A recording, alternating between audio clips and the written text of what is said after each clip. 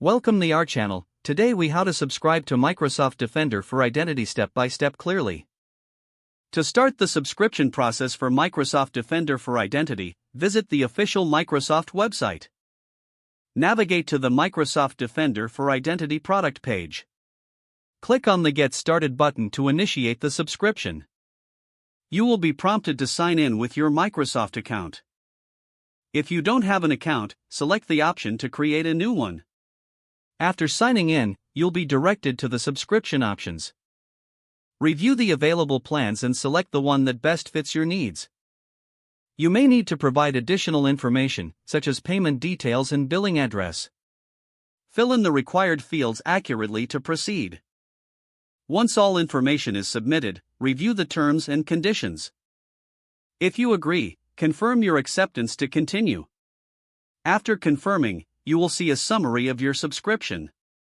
Take note of the subscription ID for future reference. You will receive a confirmation email shortly after completing your subscription. Follow the instructions in the email to activate your subscription. Log into your Microsoft 365 Admin Center to manage your subscription. From the Admin Center, navigate to the Security section. You can now set up Microsoft Defender for Identity and configure it to your environment. Complete any additional setup steps as prompted.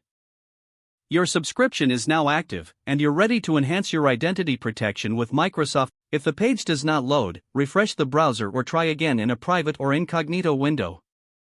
Make sure you are using the correct email address, then retype it carefully to avoid small typos.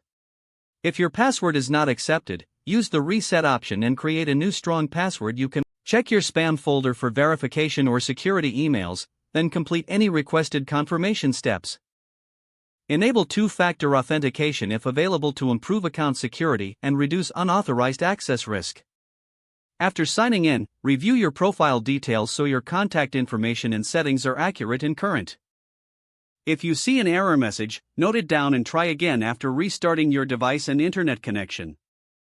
Log out when you finish, especially on shared devices, to keep your account and payment information secure. Don't forget to like this video and subscribe to our channel for more step-by-step tech guides.